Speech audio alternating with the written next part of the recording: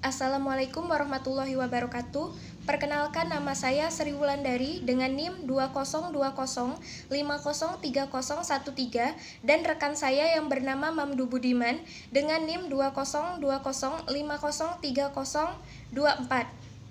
Kami dari kelompok 6 Filsafat Dakwah kelas 253A Jurnalistik akan menjelaskan materi kami yang berjudul Ontologi dakwah. Baiklah, di sini saya akan menjelaskan tentang pengertian ontologi dakwah dan landasan ontologi ilmu dakwah. Pengertian ontologi dakwah. Secara bahasa, kata ontologi dibagi menjadi dua, yaitu ontos, sesuatu yang berwujud, dan logos, ilmu atau teori. Secara istilah, ontologi adalah ilmu atau teori tentang wujud hakikat yang ada, yang merupakan kenyataan terakhir, baik yang berbentuk jasmani atau konkret, maupun rohani atau abstrak.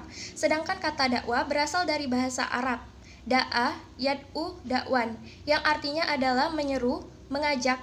Secara istilah, dakwah bisa diartikan sebagai mengajak manusia untuk mengerjakan kebaikan dan mengikuti petunjuk menyeru mereka berbuat baik dan melarang mereka dari perbuatan jelek agar mereka mendapatkan kebahagiaan di dunia dan di akhirat. Dari pengertian tadi dapat ditarik kesimpulan bahwa ontologi dalam filsafat dakwah Islam adalah pemahaman atau pengkajian tentang wujud hakikat dakwah Islam dari segi hakikat dakwah Islam itu sendiri dalam mengkaji problem ontologi dakwah yang juga menjadi perhatian filsafat dakwah. Bidang kajian ilmu dakwah bersifat empirik. Dalam hal ini harus dibedakan dari kajian ilmu agama yang juga membahas hal-hal yang tidak empirik. Dalam pengertian tidak dapat dijangkau dengan pengalaman jika ilmu agama mengkaji hal-hal seperti ketuhanan, hari kiamat, dan juga sejenisnya, maka ilmu dakwah mengkaji hal-hal yang berkaitan dengan kehidupan manusia, sosial, kehidupan keagamaan, pemikiran, budaya, estetika, dan filsafat, di mana kesemua hal di atas dapat diverifikasi atau diuji langsung atau empiris. Dalam memandang bidang atau objek kajiannya tersebut, ilmu dakwah memiliki 3 asumsi dasar. Pertama, dikatakan bahwa objek tertentu memiliki keserupaan dengan objek lain. Berdasarkan asumsi ini, objek-objek yang memiliki keserupaan kemudian diklasifikasikan menjadi kelompok-kelompok asumsi. Asumsi yang kedua adalah suatu objek memiliki tingkah khusus di dalam kegiatan tertentu. Suatu objek memiliki perilaku tertentu jika ia berada di dalam situasi tertentu. Misalnya kehidupan keagamaan, masyarakat memiliki corak yang beragam, tergantung pada letak geografis atau komposisi demografisnya. Perilaku-perilaku ini akan melahirkan gejala-gejala tertentu. Sehingga asumsi ketiga menyatakan bahwa gejala pada suatu objek bukanlah kejadian kebetulan, tetapi ada pola tertentu yang bersifat tetap berdasarkan urutan-urutan yang sama. Hal ini memungkinkan kita untuk mengamati suatu gejala di dalam riset untuk menarik kesimpulan. Jika gejala yang ada bersifat tidak teratur tanpa mengikuti pola tertentu, maka akan susah menarik kesimpulan. Selanjutnya, landasan ontologi ilmu dakwah. Ketika membahas landasan ontologis ilmu dakwah, maka kita akan bertemu istilah-istilah filsafat ilmu, seperti adanya aspek fenomenal dan aspek struktural. Aspek fenomenal menunjukkan ilmu dakwah yang mengewejantahkan dalam bentuk masyarakat, proses, dan produk. Sebagai masyarakat atau kelompok elit yang dalam kehidupan kesehariannya begitu mematuhi kaidah-kaidah ilmiah yang menurut paradigma Merton disebut universalisme, komunisme, dan skeptisme yang teratur dan terarah. Sebagai proses ilmu dakwah menampakkan diri sebagai aktivitas atau kegiatan kelompok elit dalam upayanya menggali dan mengembangkan ilmu melalui penelitian, ekspedisi, seminar, kongres, dan lain-lainnya. Sedangkan sebagai produk ilmu dakwah dan menghasilkan berupa teori, ajaran, paradigma, temuan-temuan, dan lain sebagainya, disebut luaskan melalui karya-karya, publikasi, dan kemudian diwariskan kepada masyarakat dunia.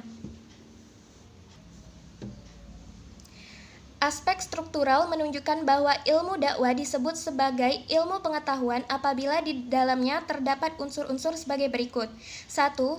Sasaran yang dijadikan objek untuk diketahui, Gegenstand. 2. Objek sasaran ini terus-menerus dipertanyakan dengan suatu cara atau metode tertentu tanpa mengenal titik henti adalah suatu cara paradigma bahwa ilmu pengetahuan yang akan terus berkembang justru muncul permasalahan-permasalahan baru yang mendorong terus dipertanyakan. 3. Ada alasan mengapa Gegenstand terus dipertanyakan. 4. Jawaban yang diperoleh kemudian dikumpulkan dalam sebuah sistem. Di samping aspek-aspek tersebut, maka berbicara strategi perkembangan ilmu dakwah dapat dilihat ke dalam beberapa hal bahwa ilmu dan konteks dengan sains sehingga menimbulkan adanya gagasan baru yang aktual dan relevan, sedangkan yang berpendapat bahwa ilmu lebur dalam konteks tidak saja merefleksikan tetapi juga memberi dasar pembaharuan bagi konteks. Strategi pengembangan ilmu dakwah yang paling tepat kiranya adalah sebagai berikut. 1. Visi orientasi filosofinya diletakkan pada nilai-nilai Islam di dalam menghadapi masalah-masalah yang harus dipecahkan sebagai data atau fakta objektif dalam satu kesatuan integratif. 2. Visi dan orientasi operasionalnya diletakkan pada dimensi sebagai berikut. 1. Teologis dalam arti bahwa ilmu dakwah hanya sekedar sarana yang memang harus kita pergunakan untuk mencapai suatu teleos atau tujuan yang sebagaimana ideal kita untuk mewujudkan cita-cita masyarakat Islami. 2. Etis dalam arti bahwa ilmu dakwah kita harus operasionalkan untuk meningkatkan harkat dan martabat manusia. Sifat etis ini menuntut penerapan ilmu dakwah secara bertanggung jawab. Yang ketiga, integral atau interaktif dalam arti bahwa penerapan ilmu dakwah untuk meningkatkan kualitas manusia sekaligus juga diarahkan untuk meningkatkan kualitas struktur masyarakat, sebab manusia hidup dalam relasi baik dengan sesama maupun dengan masyarakat yang menjadi ajangnya. Peningkatan kualitas manusia harus diintegrasikan ke dalam masyarakat yang juga harus ditingkatkan kualitas strukturnya. Baiklah, sekian penjelasan dari saya. Materi selanjutnya akan dijelaskan oleh rekan saya, Mamdu Budiman. Wassalamualaikum warahmatullahi wabarakatuh. Assalamualaikum warahmatullahi wabarakatuh. Perkenalkan, nama saya Mamdu Budiman, NIM 20050303024 dari kelompok 6. Baiklah, di sini saya menjelaskan tentang prinsip-prinsip ontologi dakwah. Ketika berbicara mengenai ontologi dakwah, maka ada 3 hal yang mendasar yang harus dilihat secara cermat dan kajian. 1. Manusia sebagai pelaku dan penerima dakwah.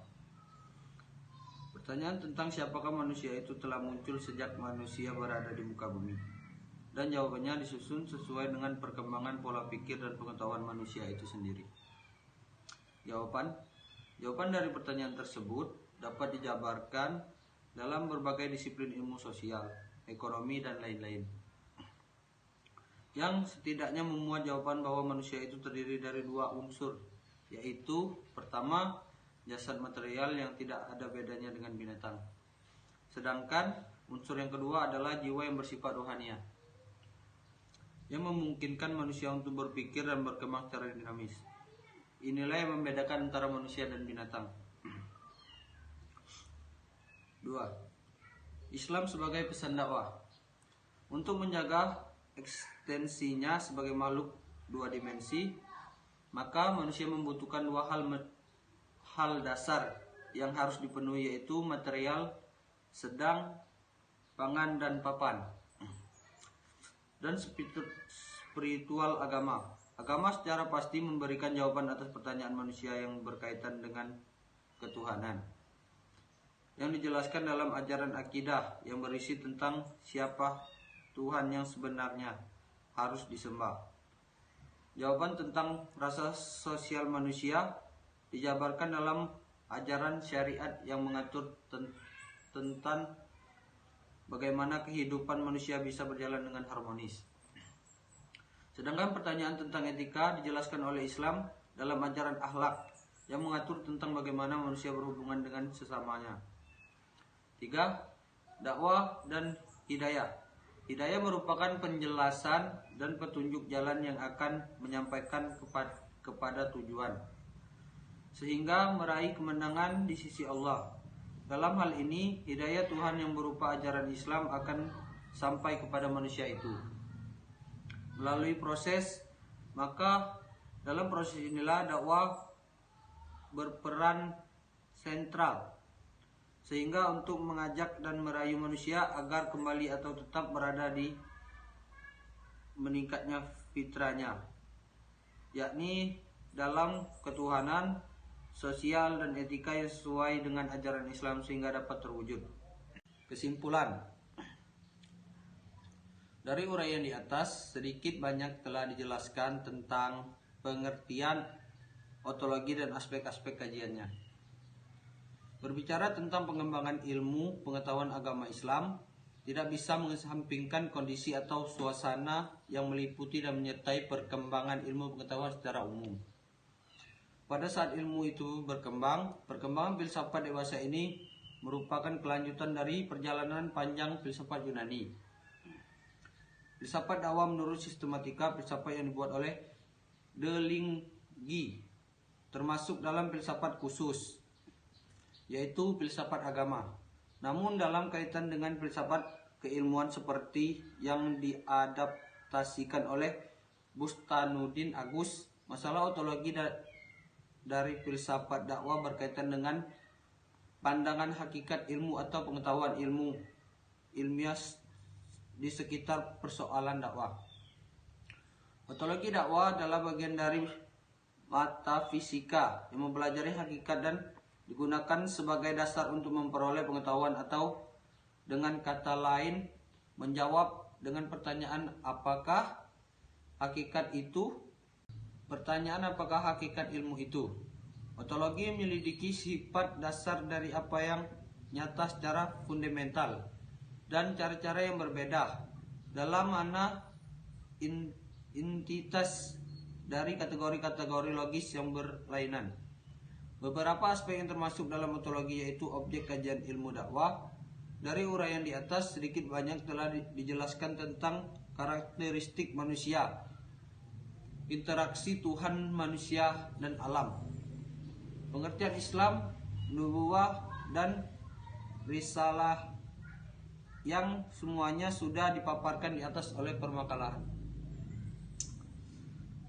Saran, demikian makalah ontologi dakwah ini kami buat dengan berdasarkan sumber-sumber yang ada. Kami juga menyadari masih ada banyak kekurangan di dalam penulisan makalah ini, sehingga perlu bagi kami dari para pembaca untuk memberikan saran yang membantu supaya makalah ini bisa lebih baik lagi. Atas perhatiannya Anda semua kami ucapkan terima kasih.